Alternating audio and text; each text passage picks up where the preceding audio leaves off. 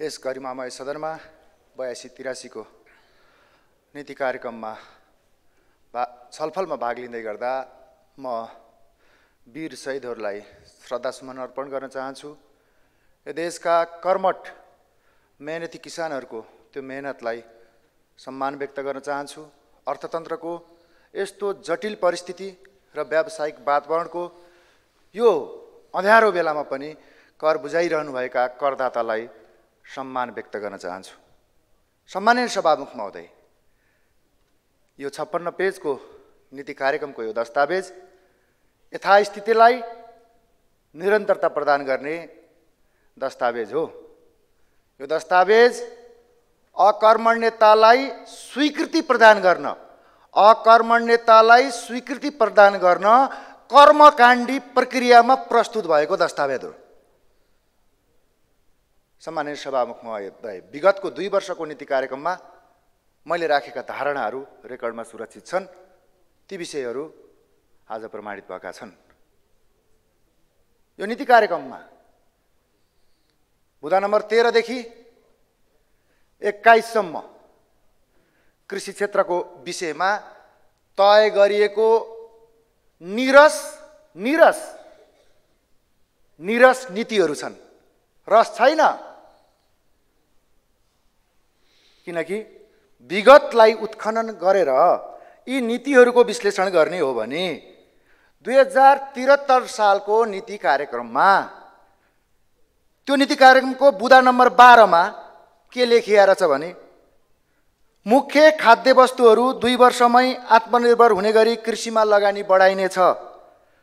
यो लेखिया रहेछ, यो लेखा 10 वर्ष भयो। अब यो चालु आर्थिक वर्षमा हामीले आयात 1309 अर्बको गरेछौँ। त्यो मध्येमा 284 अर्बको खाद्य वस्तु छ। 284 अर्बको खाद्य वस्तु छ। 200 अर्ब त हामी कृषिमा व्यापार घाटामा छौँ। अब अर्को 2075-76 को नीति कार्यक्रमको बुँदा नम्बर 32 मा के लेखिया छ भने मत्स्य उत्पादनमा आत्मनिर्भर हुने, अर्गानिक नेपाल बनाउने, कृषि उपजको अर्गानिक उत्पादन गर्ने अभियान तत्काल सुरु गर्ने। यो तत्काल शब्दमाथिको अत्याचार होइन होला, यो त 75 सालको कुरा हो नि। माछा किसानको हालत के छ? आज आन्ध्र प्रदेशबाट फर्मालिन र नाइट्राइड हालिएको विषाक्त माछाहरूले बजार पाएका छन्। त्यहाँ प्रवर्धन भएको छ। नेपालमा उत्पादन भएको माछाको लागि बजारको सुनिश्चितता छैन। सम्माननीय सभामुख महोदय, म यो गरिमामय सदनलाई जानकारी गराउन चाहन्छु।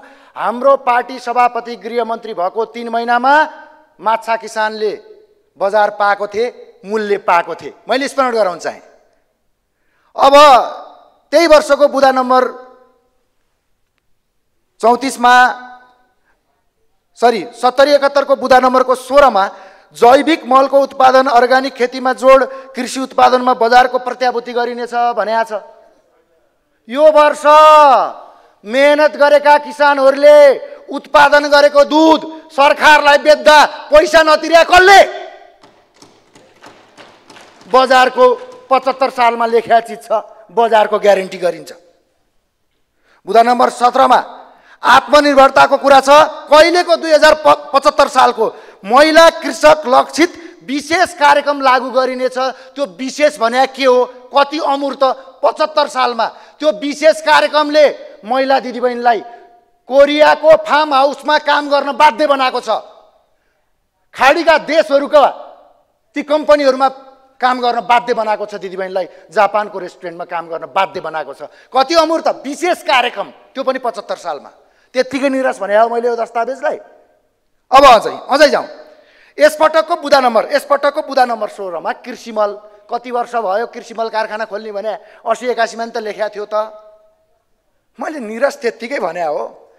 70-71 को मैले एउटा चासो राख्ने र मेरो अनुभवको विज्ञता भएको क्षेत्र नेपालको पुँजी बजारको क्षेत्र 70-71 सालमा के लेख्या छ है त?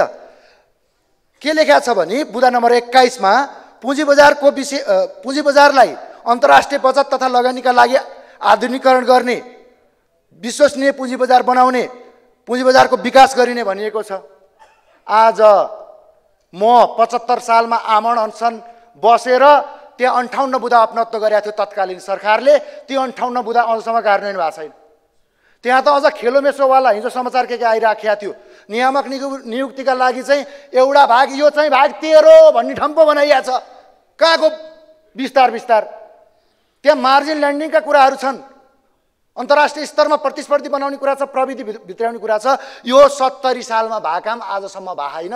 अनि मैले आएर यो दस्तावेज अहिले पत्याइदिनु पर्ने, मानिदिनु पर्ने छैन। अब 68-69 सालको नीति कार्यक्रममा द्वन्द्वकालको बेलामा बेपत्ता पारिएका नागरिकको स्थिति सार्वजनिक गर्ने, बेपत्ता पारिएका नागरिकहरूको खोजी गर्ने, उच्च स्तरीय आयोग बनाउने, सत्य निरूपण तथा मेलमिलाप आयोग गठन गरी संक्रमणकालीन न्यायको प्रत्याभूति गरिने भनेको छ। आज यत्रा वर्ष 14 वर्षसम्म त्यो त के भए, घुर्की लाउने ठाउँ भए, थर्काउने ठाउँ भए, एकले अर्कालाई हुन्छ नि, देखिया छ नि, 3 जना एकै ठाउँमा बस्या। त्यहाँ संक्रमणकालीन न्यायको अवस्था कस्तो छ? 14 वर्ष भयो। त्यही 68 सालको नीति कार्यक्रम बुँदा नम्बर 31 सम्पत्ति शुद्धिकरण आर्थिक अपराधका विषय छन्। यही बीचमा होइन यो देश ग्रे लिस्टमा परेको। अनि त्यो सम्पत्ति शुद्धिकरण भन्ने नीति कहाँ प्रयोग भयो? नयाँ दलको एउटा पार्टी सभापतिमाथि सांसद पद खोज्नलाई प्रयोग भएको छ। कहिले त 31 उहाँ कता 68 सालको नीतिमा त्यहाँ छ। 68 सालको नीतिको बुँदा नम्बर 45 हेर्नु होला। त्यहाँ के छ? रुग्ण उद्योगहरूको उत्थान र सञ्चालनका लागि विशेष कार्यक्रम ल्याइनेछ। हेर्नुहोस् त, वीरगञ्जको कृषि औजार कारखाना सञ्चालन गर्न महावीर पुन आफ्नो जीवनी लेखेर किताब बेच्दै हिँड्नुभएको देख्नुभयो होइन? अनि मैले अहिले पत्याइदिनु पर्ने यो दस्तावेजलाई, यसमा विश्वास राख्नु पर्ने छैन, केही पनि छैन। छ, गजब छ। यहाँ गजब हुँदो रहेछ। गर्न नसक्ने काम र नगरेका काम लेख्ने, नीतिमा हाल्ने, अनि गरेका काम नलेख्ने पो रहेछ। गरे चाहिँ के छ त है त? नयाँ दल यहाँ लेखा भए हुन्थ्यो नि मजासँग। नयाँ दलहरूमाथि राजनीतिक प्रतिस्रोत साँचिन्छ। रवि लामिछाने, डाक्टर सीके, त्यस पछाडि रेशम चौधरीहरूलाई अवैधानिक तरिकासँग नियन्त्रण गरिन्छ लेखा भए हुन्थ्यो, राखे भए हुन्थ्यो त्यो नीतिमा। राष्ट्रलाई दलीयकरण, व्यापक दलीयकरण गरिन्छ, संवैधानिक निकायहरू कब्जा गरिन्छ लेखा भए हुन्थ्यो। अझै खुल्लम खुल्ला राष्ट्र ब्याङ्क त हजुर काङ्ग्रेसको भागमा भनेर बहस गरिन्छ, त्यो पनि लेखा भए हुन्थ्यो। धितोपत्र बोर्ड एमाले लयो रे, त्यो पनि लेखा भए हुन्थ्यो। फलानु देशको राजदूत, यो दलीयकरणलाई निरन्तरता दिइन्छ लेखा भए हुन्थ्यो नि त। अझै दलीयकरणलाई तल भुइँसम्म पुर्याइन्छ। त्यहाँको स्कुलहरू, त्यहाँको कलेजहरू, त्यहाँको खानेपानीहरू आफ्ना दलका कार्यकर्तालाई अपुङ्गी त्यहाँ नेतृत्व प्रदान गरिनेछ भनेर लेखा भए हुन्थ्यो। अझै लेखा भए हुन्थ्यो यो सदनको सिर्जना मारिनेछ, यहाँ आरोप र प्रत्यारोपको बहस गराइनेछ। कतिसम्म त भन्दा रक्सी मैले चोर्या हो होइन भन्ने बहससम्म गराइन्छ भनेर लेखा भए हुन्थ्यो। निरस बनाइएको छ सदनलाई, निरस छ सदन। गरेका काम त गर्ने काम र बना नीति त लेखा भए हुन्थ्यो नि। अर्को लेखा भए हुन्थ्यो अनुत्पादक क्षेत्र खोजी लगानी गरिन्छ भनेर लेखा भए हुन्थ्यो। भ्यू टावर मजासँग बनाइन्छ भनेर लेखा भए हुन्थ्यो। अनि मैले पत्याउनु पर्ने यो अहिलेको पत्याउँदिनँ। छैन, निरस छ। विश्वास छैन हजुर, कसैको विश्वास छैन। छातीमा हात राखेर आफ्नो इष्टदेवतालाई सम्झेर, आफूले खाएको शपथ सम्झेर पक्ष र विपक्षमा, विश्वासको पक्ष र विपक्षमा मतदान गरौँ। कसलाई सम्झेर? कुलदेवतालाई सम्झेर, इष्टदेवतालाई सम्झेर। 2/3 कहाँ आउँछ? विश्वास छैन यसमा। सम्माननीय सभामुख महोदय, अब यसपटक म सरकारलाई सुझाव दिन्न।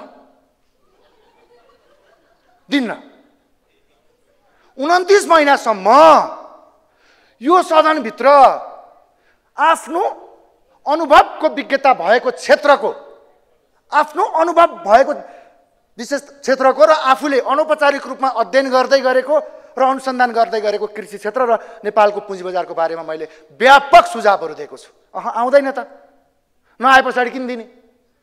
यो 29 महिना राष्ट्रिय स्वतन्त्र पार्टीका तर्फबाट र हामीले उठाएका र छेडेका बहसहरू, त्यो बहसको अपनत्व यहाँका गठबन्धन र यहाँका दलहरूले लिँदैनन् भने यसपल्ट तपाईँहरूलाई सुझाव छैन।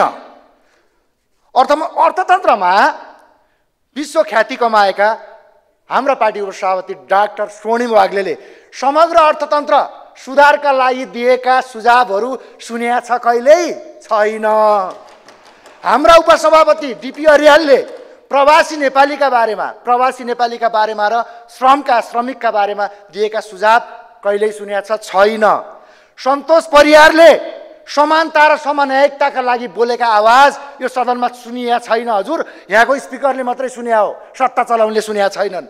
डाक्टर चन्दा कार्कीले, डाक्टर तोसीमाले सार्वजनिक स्वास्थ्यमा र स्वास्थ्य क्षेत्रमा दिएको सुझाव सुनिया छैन।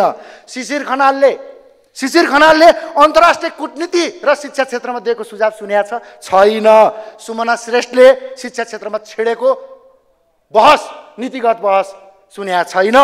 यहाँ शोभिता गौतमले न्याय प्रणाली, हवाई उड्डयन र सुशासनका विषयमा बोल्या सुन्या छ। छेड्या बहस कसैलाई थाहा छ? सत्ता चलाउनेलाई चाहिँ थाहा छैन। मनिष झाले तथ्य र तथ्याङ्कमा टेकेर तथ्याङ्कका आधारमा गरिएको मौलिक सृजनात्मक बहस र जनकपुरको विकासको बहस सुन्या छ यो सदनले, यो सरकारले सुन्या छैन। यहाँ शिव नेपालीले यातायात क्षेत्रमा उठाएको आवाजहरू सुन्दैन। यहाँ अशोक चौधरीले कृषि अनि त्यस पछाडि भूमिपुत्र थारू जनजातिका न्यायका लागि बोलेको सुन्या छैन। यहाँ वृन्दा कठायतले समग्र कर्णाली क्षेत्रको विकासका लागि बोलेका आवाजहरू यहाँ सुनिँदैन। यहाँ के सुनिँदैन? यो गरिमामय सदनमा, यो सदनकै सबैभन्दा कान्छी सांसद हाम्रो दलको सचेतक निशा डाँगीले सञ्चार क्षेत्र र डिजिटल इकोनोमीको बारेमा बोल्या यो सदनले, यो सरकारले जान्दैन, सुन्दैन। वृन्दवासिनी कंसकारले जलनका विषयमा उठाउनु भएको आवाज र मकवानपुरको विकासका लागि बोलेका आवाज सुनिँदैन। यो सदनले लक्ष्मी तिवारीले महिला हक हितका बारेमा बोलेका आवाज यो सरकारले र यो सदनले सुन्दैन। दलका उपनेता विराज भक्त श्रेष्ठले धर्म, संस्कृति र पर्यटनका बारेमा राख्नु भएको तार्किक बहसहरू, ती बहसमा विमर्श गर्न जान्दैन। यहाँ माननीय असीम शाहले डिजिटल युगमा युवाको भूमिकाका लागि छेडेको बहस र फिल्मी क्षेत्रको विकासका लागि उठाइएका आवाजहरू यो सदनमा सुनिँदैन। यो सदनले हाम्रा आवाजहरूलाई सुन्दैन, सरकारले सुन्दैन। अनि किन दिने सुझाव चाहिए भा? यो 29 महिनाको बिचमा राष्ट्रिय स्वतन्त्र पार्टीले यो सदनमा उठाएका 29 महिना बिचका ती रेकर्डहरू हेरे हुन्छ, पर्याप्त छ।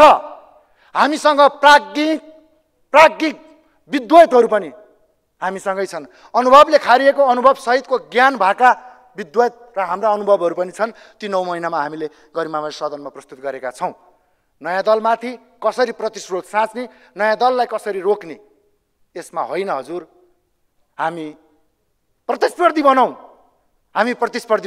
हार्दिक प्रतिस्पर्धी बनाऊ न। हामी केही गर्न भनेर आएन, हामी धेरै गर्न भनेर आएका हौँ। किनकि यहाँ धेरै बिग्रिएको छ, थोरै बनेको छ। थोरै बनाउनको लागि व्यापक रूपमा समयको बर्बादी 10औं गुणा बढी समय लगाइएको छ। थोरै गर्नको लागि, थोरै गरिएका कामका लागि धेरैभन्दा धेरै आर्थिक स्रोतको दोहन गरिएको छ। त्यसैले म भन्न चाहन्छु, हामी केही गर्न आएको होइन, हामी धेरै गर्न आएको हो। हामी सृजनशील छौँ, हामी रचनात्मक छौँ। अनि हाम्रो सृजनशीलता र रचनात्मकतालाई तपाईँहरूले जुन किसिमको प्रतिस्रोत साँच्नु भएको छ नि, त्यो प्रतिस्रोतको औजारले काम गर्दैन हजुर, काम गर्दैन। आज यहाँ कर्मठ कर्मचारीहरूलाई जुन किसिमसँग डन्डा चलाइन्छ, लेखे हुन्थ्यो नि, कर्मठ कर्मचारीहरूलाई डन्डा चलाएर कारबाही गरिन्छ। अनि हाम्रो दलको छ नि त त्यहाँ कर्मचारी सङ्गठनमा राजनीति गरेर दलीय स्वार्थका लागि अल्छी र क्षमता नभएका कर्मचारीलाई भने जस्तो ठाउँ दिइन्छ, लेखा भए हुन्थ्यो नि त, गरे त त्यही छ।